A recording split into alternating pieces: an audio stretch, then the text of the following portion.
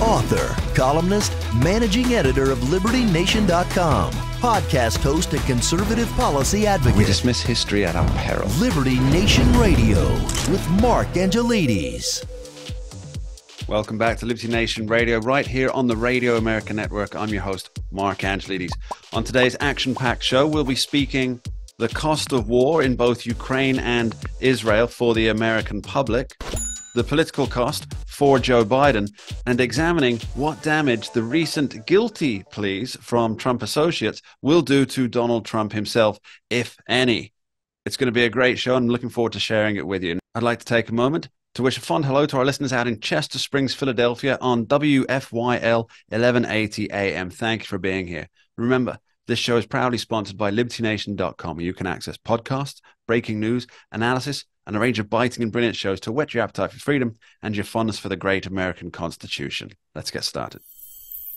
Israel at war, the United States deeply involved. Now, there's a cost in human life, there's a cost in cash, and of course, there's a political cost. Now, to discuss that political cost specifically to Mr. President Joe Biden, we're joined by longtime host of this here radio show and LibertyNation.com's senior political analyst, Mr. Tim Donner. Thanks for coming in, Tim. Always a pleasure, Mark. So, Tim, you wrote a fantastic article on how this, how the war in Israel is really impacting Joe Biden. I think that's important for everybody to understand. There's some historical perspectives on that. Can you give us your overall take, please? Well, I think that Joe Biden has become a de facto wartime president, even though the United States is not committed on the ground to either the conflict in Ukraine or in Israel. Biden essentially has to spend a great deal of his time trying to figure out how the U.S. can aid Israel without getting involved in a ground war by putting troops literally on the battleground. And I think if he stops short of that, he will have a very different equation than if he feels he has to commit U.S. ground troops. That's always been the sort of Rubicon that has not been crossed yet. But if it is, of course, it's going to be a huge problem. And I think the biggest problem that Biden has with this war politically is the contrast that it strikes to his predecessor. During Donald Trump's 4 years in office, the bad actors in the world were mostly, almost entirely contained. He was the only president of the 21st century that saw no new foreign wars under his presidency. He basically had quieted the Middle East. He had put Putin back in his box. He had engaged the North Koreans. He had essentially distracted the Chinese with trade talks. And that contrast of a world at peace, it stands in really stark contrast to what Joe Biden is dealing with now. And Joe Biden will have to answer one question that I don't think he can answer, which is, what is it about your presidency that makes the bad actors in the world want to act up and begin wars when they didn't with Donald Trump? It's going to be that exact head-to-head comparison, I think, that's going to stand really not to benefit Joe Biden, to say the least. Now, he could. There's always an opportunity that you can become a wartime president who makes good decisions and helps to bring peace. I don't think anybody believes that Joe Biden is that president, and he's got so many difficult decisions to make. He's trying to hold Israel back from a full-on ground assault on the Gaza Strip, whereas I think the Israelis are chomping at the bit to go at it. So he's got a million hard decisions ahead of him as essentially a wartime president. I don't see him benefiting from it at all. In fact, I see that this will be a major issue used against him in 2024. Well, his supporters who support him no matter what, really, Right. the $200,000 check from his brother Jim Biden right after closing a deal. Well, it just shows that Bidens pay their debts. That was that was a tweet by is it George Takei, formerly of Star Trek? Right. Nothing to see here. Just nothing to see here. Simple loan from his brother, interest free, which just happened to be the exact amount of a $200,000 payoff. Now, with this, let's get back to the topic at hand. That's a rabbit hole that we'll save for another time. Yes, I agree. So really, being a wartime president, it should come with a huge amount of bonuses because it allows you to demonstrate your competence. It allows you to mobilize the full mechanics of government. It allows you to appear a king on foreign policy stage, especially if you're in a very unique position that Joe Biden is in, that your country's not actually at war. This should be all upside for Joe Biden, but it's not because there doesn't seem to be an end in sight, does there? We've had $100 billion in cash, weapons, blah, blah, blah, going to Ukraine. You've had Joe Biden promising a blank check in terms of support for Ukraine. And yet in the year since the $100 billion has gone, the war hasn't moved in any one noticeable way or another. So essentially, Joe Biden's big gesture here in terms of Ukraine was, we are going to fund you. We're going to fund the hell out of you so you can defeat this enemy. And nothing's changed. That's because there's no end game. In other words, we can't. Brings us perfectly onto Israel.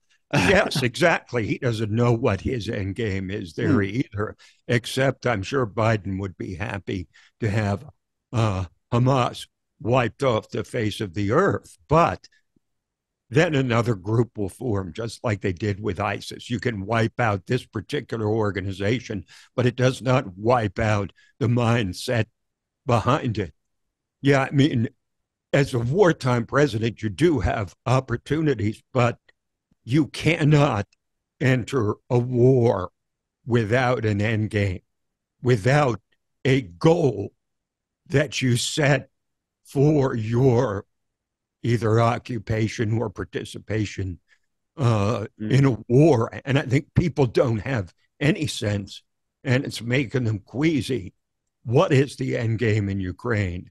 And what's the end game going to be in Israel? Because, you know, once you get Iran involved, okay, and he's been playing footsie, Biden, with Iran, just like the Iran deal did. Yeah. And so Obama didn't pay a direct political price for that, but Biden will.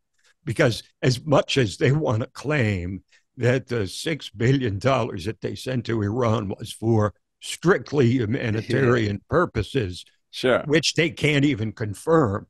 And even if it was, then that's $6 million offset against something they were already planning to do. So he has a Herculean task ahead of him just to prevent Iran from getting involved in the war. But maybe now we can see in this teachable moment that mollifying an evil adversary or enemy like Iran doesn't work.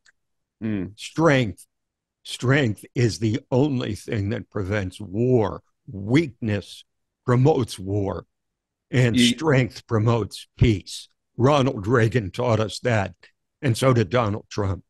You use the word mollify. I think appeasement is appeasement is the old word. Neville Chamberlain.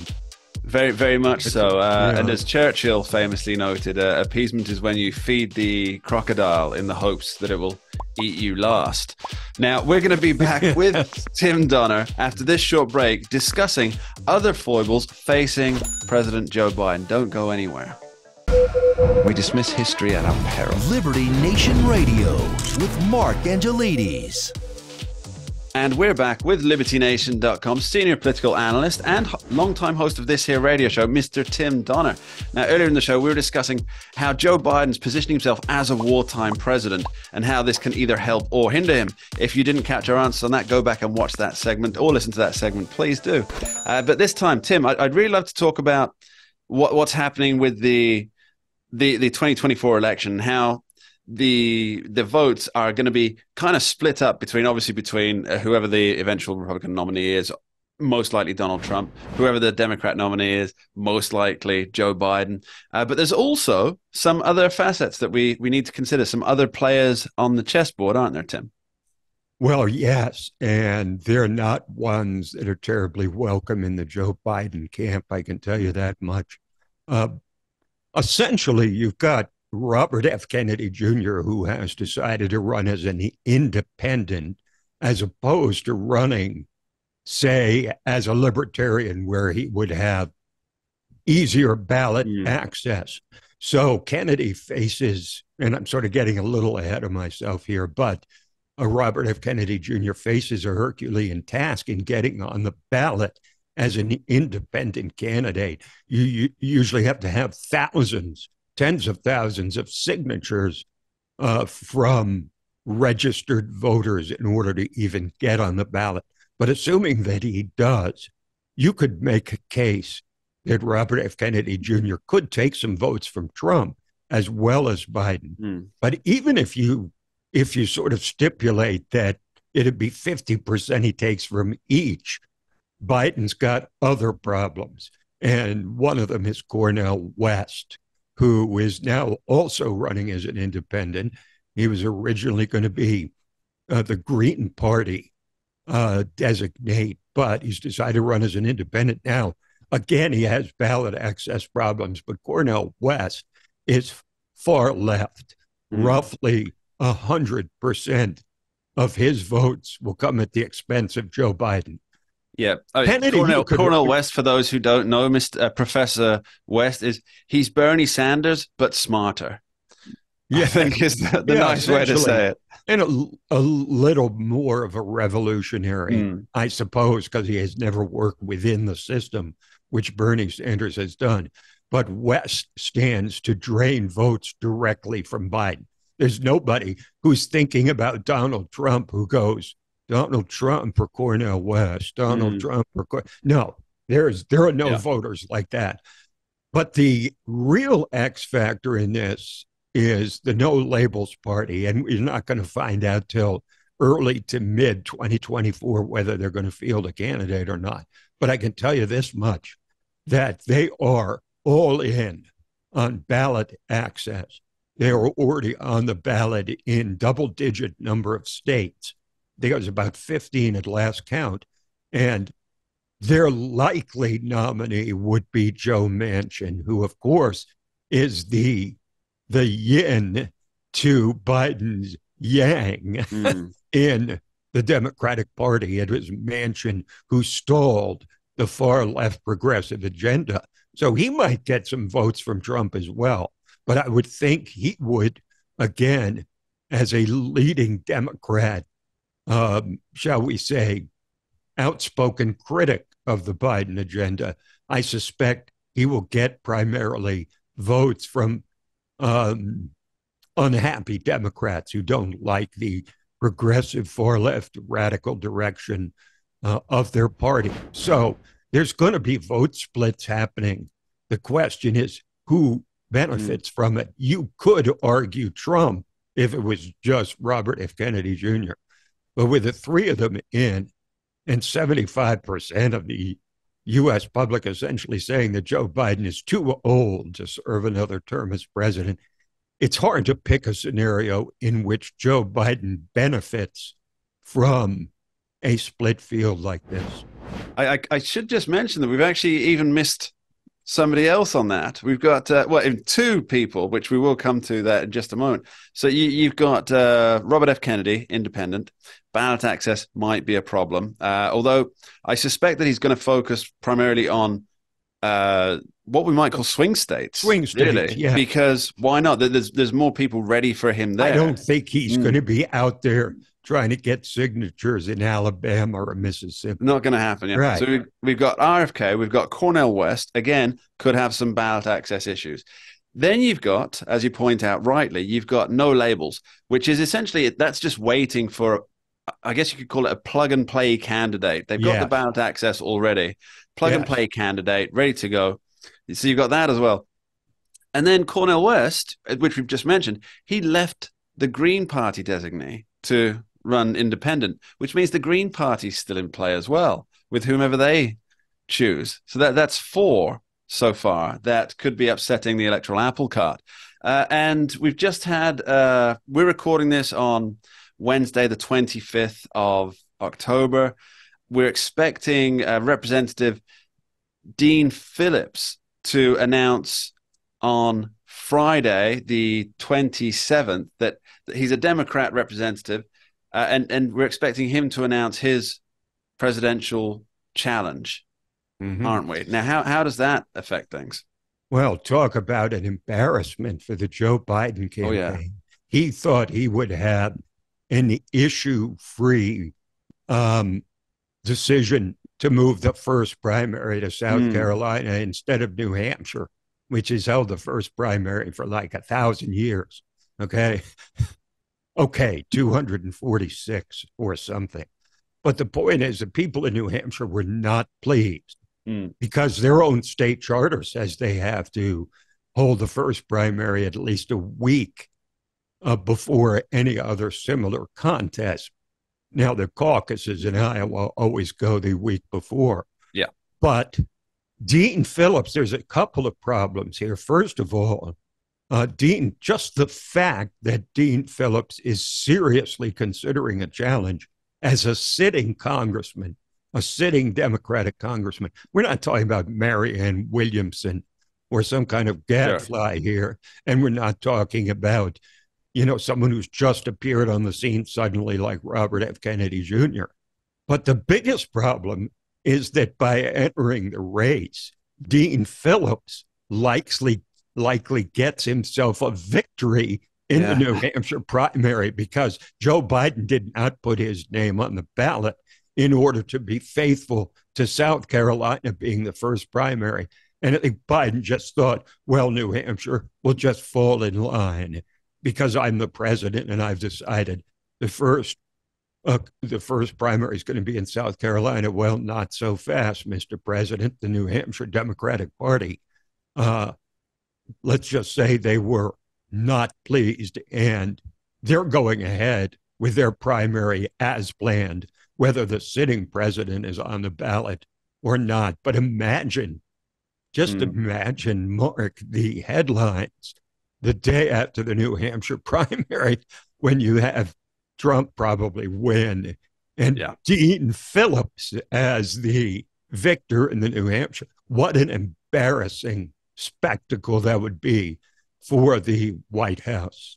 Yeah, I mean, I guess the idea behind it would be to try and parlay those delegates into another victory further down the line, then play it on a situational basis. Because I think he would be what you call the Democrats' ABB candidate. Anybody but Biden. Yeah. And I'm sure he's not going to get to debate Biden or anything, but just his presence is a real embarrassment, I think, for the Biden administration. Tim Donner, thanks ever so much for joining us today. I had fun. Thanks, Mark. We dismiss history at our peril. Liberty Nation Radio with Mark Angelides. 2 wars, no problem, according to President Joe Biden in a recent 60 Minutes interview. Now, can America afford to invest in 2 overseas wars? Or is Joe Biden just trying to make the American public a lot more happy with handing over their hard-earned taxpayer dollars? To figure all that out, we're joined by Liberty Nation's economics editor, Mr. Andrew Moran. Thanks for joining us, Andrew. Thank you for having me. So, Andrew, he said, of course we can afford it. We're America. Words to that effect. Really? Can America afford 2 overseas wars, of which, let's be fair, America is not even technically a participant? Well, it's really a mixed messaging for the White House because he said that, but Janet Yellen also said, "Oh, of course, America can afford all these wars." But then John Kirby was in front of reporters Mm. in the White House saying, this funding to Ukraine is not an open checkbook. You're going to be at the end of the rope. So what I gather is that at least some administration officials do believe that the U.S. cannot afford these wars. A $33.5 trillion national debt. How Mm. can you afford to extend yourself to the Middle East, to Eastern Europe, and potentially, if China invades Taiwan, to Asia? So the numbers don't add up to, the government can't even afford to keep its own doors open. It can't afford to fund other wars. Yeah, it seems foolhardy to stick with the as long as it takes strategy in terms of spending. I mean, I get that you can say we're with you for as long as it takes, in terms of our support, in terms of perhaps our expertise, in terms of our intelligence sharing, things like this. But in terms of our cash, well, now I don't mean to sound like a stingy person in these I do. things. I'm a stingy person.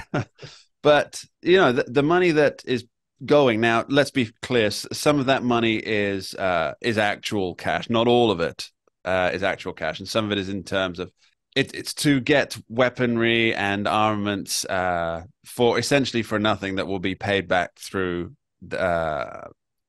government intervention into giving money to weapons sellers. Is that about right? Have I got that right? Yes, yeah, that's correct. So part of it is our loans, others Mm. financial assistance, others humanitarian aid, and yeah, defense weapons. So the U.S. will hire some company, let's say General Dynamics, to manufacture tanks or armor or defense vehicles, and then they ship off to that. So a few weeks ago, Senate Minority Leader Mitch McConnell, he said that the war in Ukraine is great for U.S. business, but it seems like also war in Israel is also good for U.S. defense business. Or again, if China invades Taiwan, that would also be good for U.S. defense business. It's this whole idea that was, I mentioned this on C5 recently, of the Frederick Bastiat essay in 1850, talking about Mm. the broken window fallacy, whereby the Keynesians or neocons or leftists will say that destruction is great for the economy because it creates a ripple effect throughout the marketplace where, one party spends more and then that money goes to somebody else and that money goes to somebody else, without realizing that if the destruction didn't happen, then perhaps the U.S. government could do something better, like maybe paying down the national debt, balancing the books, doing something more productive with that. Tax cuts, maybe tax cuts. That's something I know a lot of people are hoping for. So you have this situation where taxpayer dollars are now rushing out the door to two fronts, and as you rightly mentioned, there's this situation. There's the looming specter going across Europe. Oh, sorry, that's the first lines of the Communist Manifesto. There's the looming specter of China and Taiwan. That's possibly an expansion to another front. Also one in which the United States isn't necessarily a participant in that war. Like Ukraine is between Ukraine and Russia. And yes, I understand that there are further geopolitical implications to that. And I understand why it would be a benefit for Ukraine to win that conflict. But America's not involved in that war. Neither is my country, England, and Hamas and Israel. That's America is not involved in that war, and that would be the same between China and Taiwan. And so you have this money going out, and I think it's hard for the average person to. I mean, it's certainly hard for me. They don't come much more average than me. For people to justify why all of this money, when there's such destruction and degradation at home, why it's going overseas. How is the US consumer feeling right now? Well, the average consumer is not doing too well. You look at all the consumer sentiment index, and it's been weakening since the summer again, after recovering slightly in July, but since then it's just been on the downhill. If China were to invade Taiwan, you'd have inflationary implications just based on the semiconductor chips. Now, I don't know if you've been following this, but U.S. has recently renewed sanctions or heightened sanctions against China when it comes to artificial intelligence chips, because China somehow, and that company Huawei, they were able to develop this impressive phone that had 5G chips and had 5G connections. So U.S. is so concerned that how could China do that? How could they circumvent all these sanctions? and still develop such technology. So I think that's part of the reasons why the West would be worried that China were to invade Taiwan, because Taiwan has one of the biggest semiconductor chips in the world. Now, China, they've been trying to develop their own semiconductor manufacturing industry that counters Taiwan, but that's still far away from happening. So I guess the administration could say, well, consumers should be worried about China invading Taiwan because semiconductor, which are on everything from your smartphones to your automobiles, would go up dramatically in price. So I guess they're the inflation argument they would utilize. There's also other factors at play in terms of what will hit the consumer. I hate using the term consumer. I should never use that. The citizens, the people, and that's, for example, we had Iran talking to the Arab nations about putting an oil embargo on Israel. Now, surely that's going to impact everything back in the United States, right? Potentially. I mean, Israel's not a massive consumer of oil, but perhaps it would be similar to the 1970s, where it would affect, let's say, the Arab country would vow to put, let's say, oil embargoes on the U.S. and Western allies. That would have more of an effect. But pretty much, I guess what would happen is if these countries would put an oil embargo on Israel, then the U.S. would redirect some of its exports to Israel, or other countries would redirect their shipments to Israel. Because it's highly unlikely that Joe Biden would dip into the Strategic Petroleum Reserve I mean, well, how could you? There's 17 days worth left of oil of this SPR. So how could you keep diving into that thing? That's for next month's Joe Biden to worry about. This month's Joe Biden just needs all the help he can get. Now, Andrew, how can the U.S. keep funding all that's happening here? Well, it can't. So recently, it's very... And that's the end of the show. No, carry on. Not a lot of people pay attention to this, of course, but I do. So if you look at the Treasury auctions recently, there's been such weakened investor demand for the 2-year bond, the benchmark 10-year bond, and a 30-year bond. Not a lot of people are scooping this up, despite the 5% yield that's being offered on these Treasury notes. That's how the U.S. keeps the doors of Congress open by borrowing, by having people buy government debt and borrow all this money. On the second front, China keeps dumping its holdings of U.S. treasuries. So you're having weakened demand on the foreign front and also weakened demand in the private markets. So that's why I'm saying that the U.S. can't afford, the U.S. can't afford to fund these wars, because it can't borrow any more money. Because in the third quarter, the U.S. Treasury issued about $1 trillion of debt. In the fourth quarter, the Treasury plans to issue another $800 billion. Who knows how much is going to issue in 2024? So when you have a $2 trillion deficit and you can't borrow any more money, the only thing you have left to do is just cut spending or inflate the money supply. And they're definitely not going to cut spending, so inflate the money supply is the only thing they have left. Which basically impacts every dollar in the economy negatively, I guess. Andrew Moran, thank you ever so much for joining us on this. And if you want to find out more about the spending going on in the Ukraine and Israel fronts and how America can handle it, go and check out Andrew's recent Swamponomics TV video. It's excellent. I highly recommend you go and see it. Thanks, Andrew. We dismiss history at our peril. Liberty Nation Radio with Mark Angelides.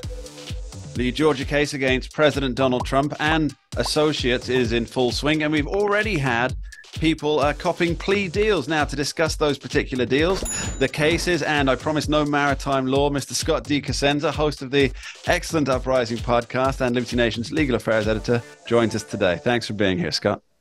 Admiralty or dry ground, Mark, I am at your service, and a pleasure to be here. Fantastic. Pirates. Let's talk pirates. No, let's talk about the case in Georgia that's building against Donald Trump and others for it's essentially accusations about crimes that were committed around the 2020 election. Now, we've had several people already take deals out of, I think there are like 18 or 19 defendants, and at least 3 have already taken deals. But it seems to me, Scott, that the deals that have been taken, they're for slap on the wrist charges.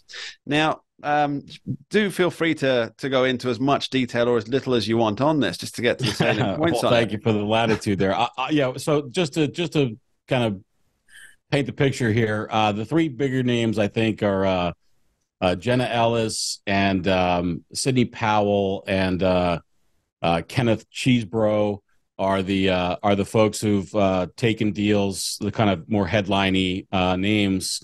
And this is the Fannie Willis criminal prosecution for conspiracy, kind of loosely pulled together conspiracy by Donald Trump. And to your point, and the big story, Mark, is they did not plead guilty to the overriding criminal conspiracy that's motivating the entire prosecution. That is, I think, the headline takeaway. Whether you're a fan of Donald Trump or stand in opposition to him, that's the big news out of these cases. They couldn't get a conviction even from the people they're handing the candy out to, meaning they could have gotten them to take the conviction and still not suffered any consequences. They wanted to be very generous as prosecutors, but then they would have had to have had them go to court and say they were part of this criminal conspiracy, which would have implicated Trump. None of these charges do. So, yeah, this all comes down to, I guess, the RICO charges, right? Which, excuse me, which is funny, seeing as hardly any of them are Italian. But this idea of racketeering, sorry, that's a joke from an old movie. But if they're not pleading guilty to this coordinated racketeering, and they're just taking slaps on the wrist and having to write apology letters like fourth grade Jenna kids. Ellis, so let's specify, just so for people who don't know, Jenna Ellis, she pled. Well, her case is actually a good one to drill down on, just kind of examine what's happened. She did not plead guilty to undergoing or being a part of a criminal conspiracy to deprive Georgia voters of any rights they may have or defraud the state or anything like that. What she did was she pled that she did not undertake due diligence when relying on facts asserted by other legal professionals, namely other lawyers that were hired by Donald Trump told her X, and she just took that X and ran with it as a fact and didn't independently investigate it. And that's what her tearful apology revealed. So literally, it's a nothing burger as far as Donald Trump would be concerned about. And also, for the record, I actually don't think it's a violation of professional standards to rely on other members of the bar, right? Like, if you think about it in an entirely different context, if you go to your dentist and you say, "Oh, my molar needs to be removed because it's not a good molar anymore," it would be a good idea for the dentist to investigate that for themselves and see if whether your assessment of your molar is a good idea. But if another dentist says, "Oh, we have an extraction order on molar number or whatever the number is, please go ahead and perform it," and you're that person's junior in the operation, it's reasonable or more reasonable that you would do the work, having relied on a professional's advice. So let me just delve into this freshly, because to me, this seems that this would be quite beneficial to Trump, because Trump's main argument, his main defense here is that A, he believed and believes that the election or elements of the election were fraudulent, and that B, he was relying on legal advice. Now, Jenna Ellis's plea that she was listening to advice from other lawyers bolsters Donald Trump's position. Facts.